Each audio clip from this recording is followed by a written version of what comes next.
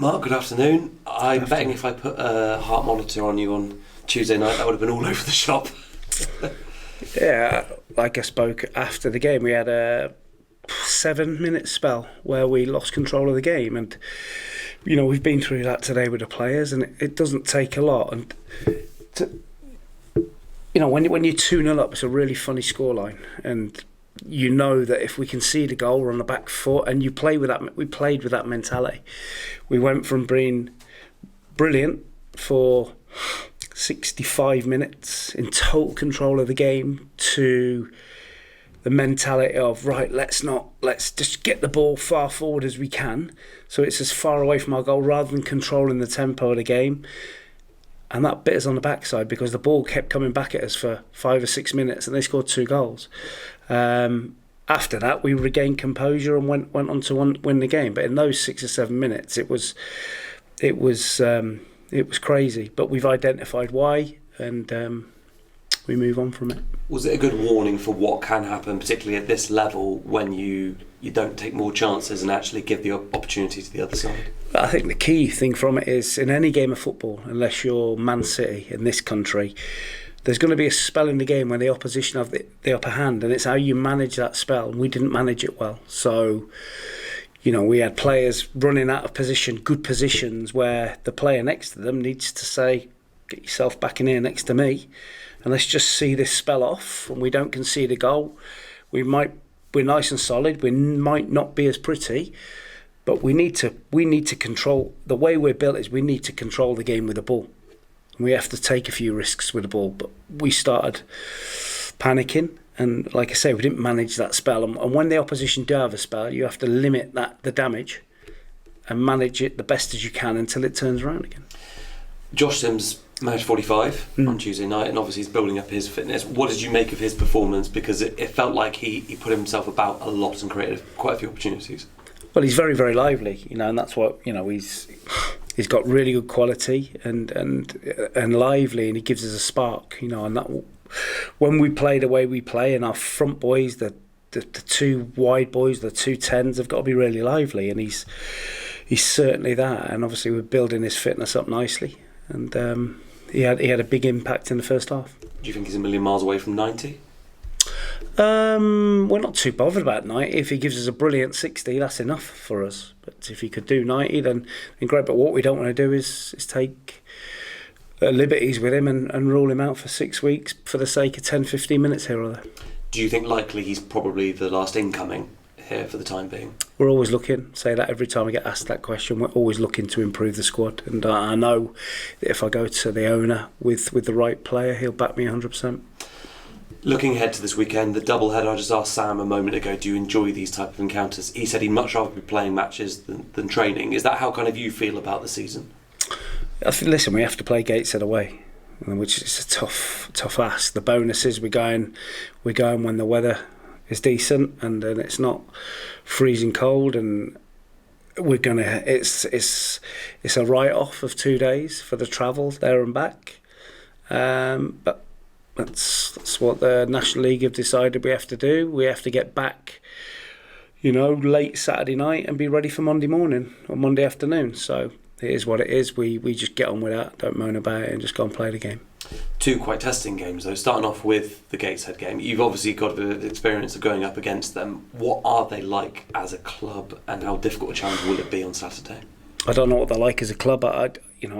Just from the outside looking in, it seems a well-run club. They did remarkably well last year and only missed out on the playoffs with the fact that they didn't have the right lease or whatever it was on the stadium. I don't know if that's been sorted yet.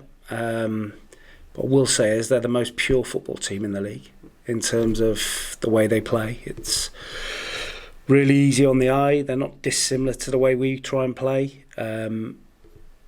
But they really test you and ask you questions, and if you switch off for a minute and lose concentration, then you're in trouble. And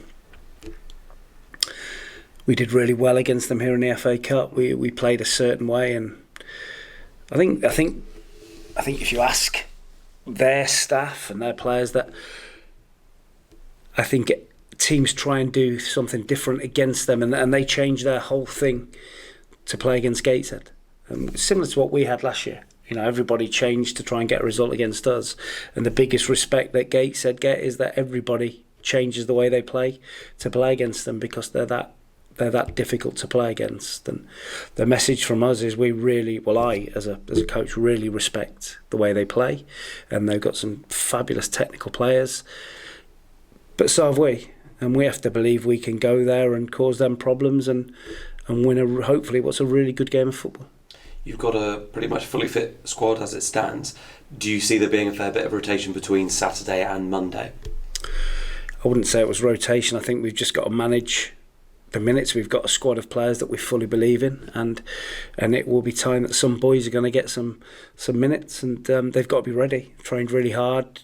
The boys that haven't played have trained really hard, and they've got to be ready for the minutes they get at the weekend. And it's going to be a tough testing weekend, but we're looking forward to it.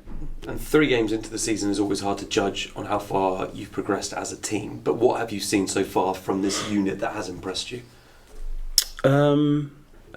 I saw the other night character, because at 2-2, I don't think there was many people in the stadium would say we'd go on and win the game. The guys behind the goal drove us on.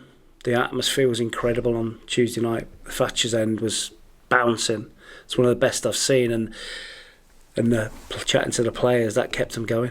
They were amazing the other night, the fans behind that goal and far side. It was really pleasing to see, and I think that drove us on. And the one thing I did see the other night was the character for us to go on and get that deserved 3rd goal and to make sure we won the game. And we changed, we got all the subs on that we could, and we made sure that we saw the game out, and that was the most pleasing thing. And we had momentum last year.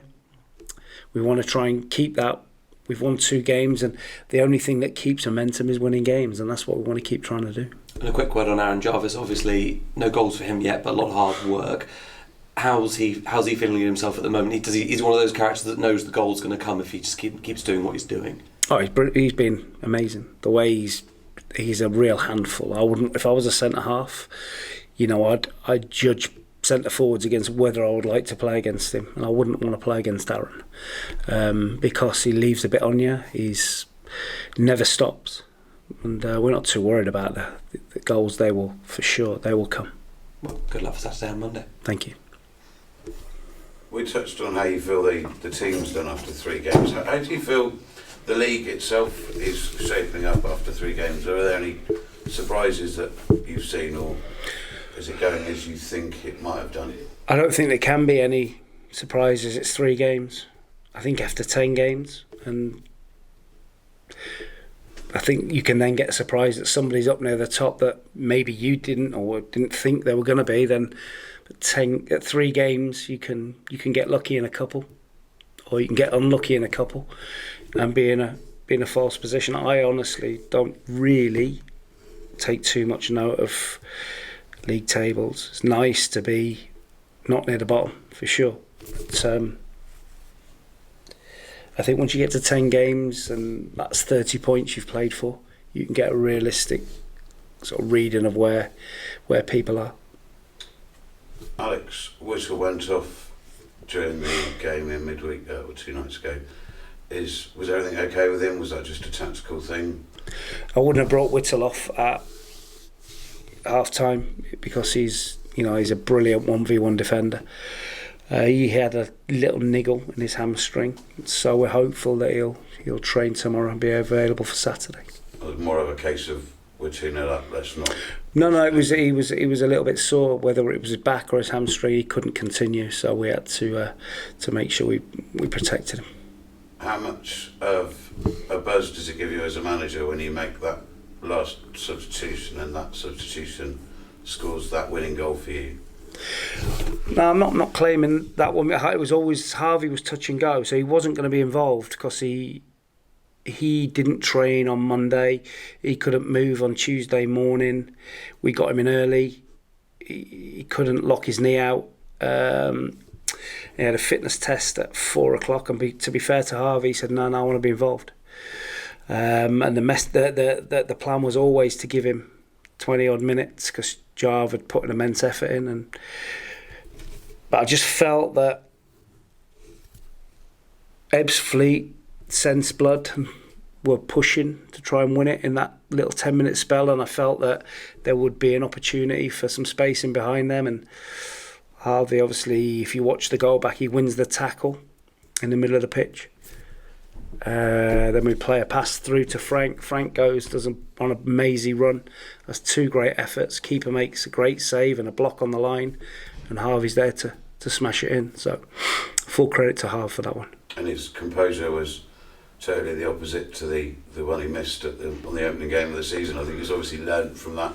Yeah, I think the first game of the season caught him by surprise. It bounced. When I saw it, I thought it's a great chance, but when you watch it back, to be fair to Harv, it bounced quite high, and it was a difficult execution for him. But no, I'm sure him and his family enjoyed that one the other night. When your fixtures are given to you, do you get a chance to look at them and go, yeah, we agree with this fixture list? Or are you allowed to sort of say, someone's got to have a look at this, we're going to Gateshead on a Saturday, we've got a game on a Monday, this is daft. Could you also explain to fans why we have got a 12:30 kick-off? Because I know some are a little bit disgruntled for getting up at 3 to go. Yeah, so that's a good question. It's one of the best ones you've asked me, to be fair. Ever. So, what was it again? No. So the fixture list, you can give your preferences for Christmas and Easter fixtures, who you like to play, and then they take that into consideration. And if it all matches up, they'll let you play the most local teams or the ones that you think you'd be better off playing. But as regards to the rest, no. But all I'll say is we have to play. So if we played Gateshead away in March on a Tuesday night, we'd be saying, why are we playing away on a Tuesday night? Yeah, I've done Boston away on a Tuesday. So we have to play them at some point, and the league probably look at it and think, well, there's not going to be a massive crowd there anyway, so we'll put it on that date, and we'll give Yeovil a home game on the Monday where they'll get a decent crowd. The 12:30 kickoff is, we asked Gateshead if we could have a 12:30 kickoff because we have to travel back from Gateshead. So if it was a 3 o'clock kickoff, we would probably get back at 2 in the morning. Yeah? 2, 3 in the morning, which means then the players will go to bed wherever they're travelling to.